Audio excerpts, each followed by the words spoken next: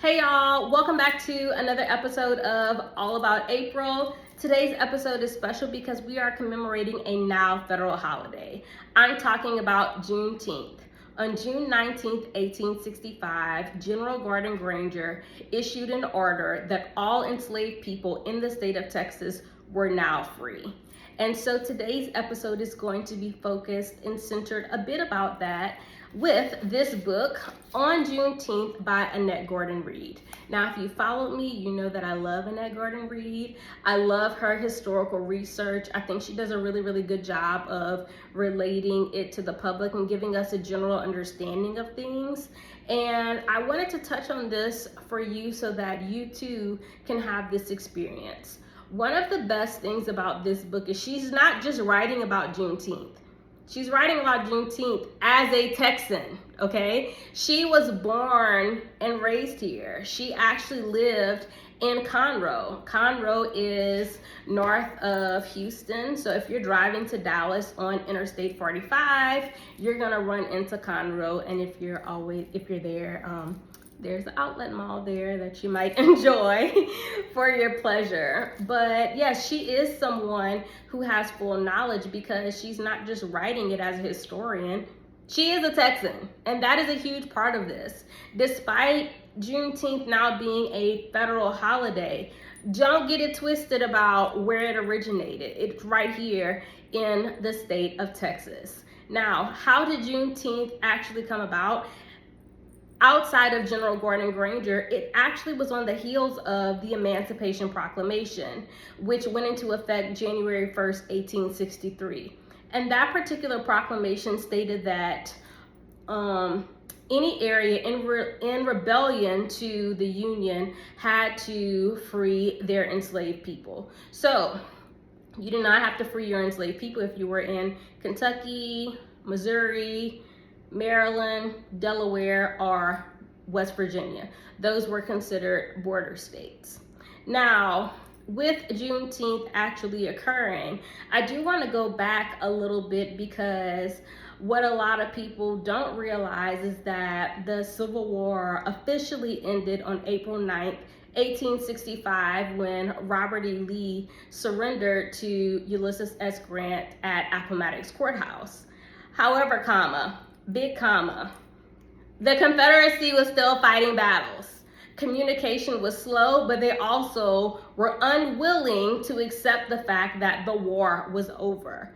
And so the last actual battle occurred May 13th at the Battle of Palmetto Ranch in the state of Texas. Now, why is this important? I want to read to you something that she said in this book, but before I do that, there are multiple pieces that she touches on in this book: enslavement, Texas Revolution, the end of the war, and also Reconstruction. And during Reconstruction, we see the rise of the Freedmen's Bureau. The Freedmen's Bureau was created to assist newly freedmen with jobs, finding lost family members, medical care, education, and so forth. But that does not mean that everyone wanted to accept this new way of life. For starters, when Juneteenth happened, they were beat. They, as in the freedmen, the former slaves, were being beat for celebrating the fact that they were no longer tied to the plantation. They were still being forced to work without pay and being beaten. They were not accepted into a normal way of life. And let's be clear, the 13th Amendment is not ratified or approved until like December 1865. Juneteenth happened June 1865. So it's almost another 6 months later before this is even ratified in the country. Now, Annette Gordon-Reed makes a very significant point, and I want to read this to you because I think that this was so important as far as it being relative to the present day. And it's so significant that I took a screenshot of it and I sent it to one of my friends because I was like, OMG. Now, in reference to Reconstruction, what I just mentioned to you, I want you to consider this passage. General Howard, heading a new bureau, that would be the Freedmen's Bureau, that was underfunded and poorly staffed, found Texas the most difficult of all the regions under the Bureau's jurisdiction. Its white citizens the most resistant to efforts to effect changes in the position of blacks in the state. Why would white Texans be more obstreperous than other white Southerners? It has been suggested that this was because, unlike other Southern states, Texas had not been defeated militarily. So the Battle of Palmetto Ranch, that level of resistance that we're still seeing, that battle plays a large role in that. And when you think of today, like people say all the time, oh my gosh, Florida and Texas, they're so crazy, they're so off the wall, I'll never live there. But we also have to look historically at what some of that means. And part of it is because Texas was not defeated militarily as far as the Civil War ending.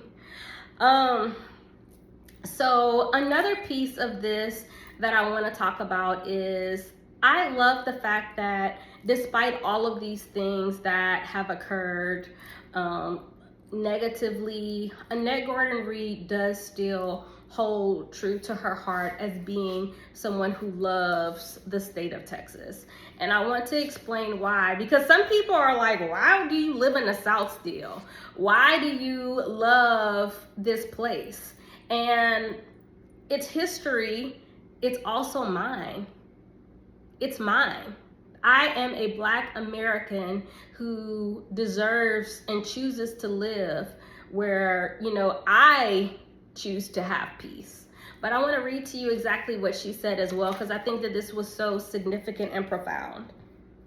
In other words, Texas is where my mother's boundless dreams for me took flight. It's also where I learned to think that people could and should try in whatever way they can to make life better for others alive today and for those to come. That this feeling, this thought, came to me in a place that was at once so very difficult, so full of good things, and so full of potential, shaped my thinking and actions in important ways. So I Know the Warmth of Other Suns, the book by Isabel Wilkerson. It discusses a lot of Blacks moving from the South into different parts of the country. Think of Chicago, think of Detroit, think of Philadelphia, etc. But there are people, we cannot forget that the South is a huge part of who we are. And Texas is that, which is why Juneteenth is a holiday that we not just celebrate, but we also embrace willingly. And in order to be able to do that, we have to understand the history of it, which is why I absolutely love this book. I love that she gave what happened before.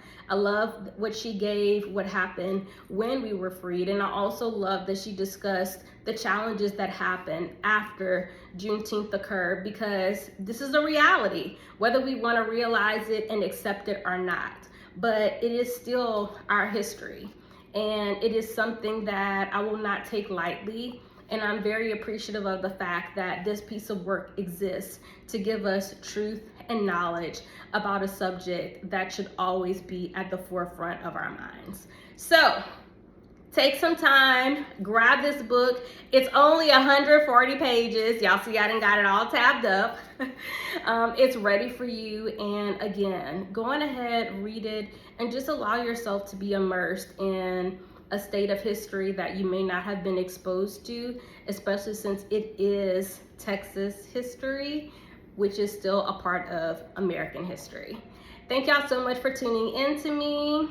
Make sure you let me know if you have questions and comments in the comment section. I can't wait to hear from you. Don't forget to like, comment, and subscribe. And I will see y'all later for the next video. Bye, y'all.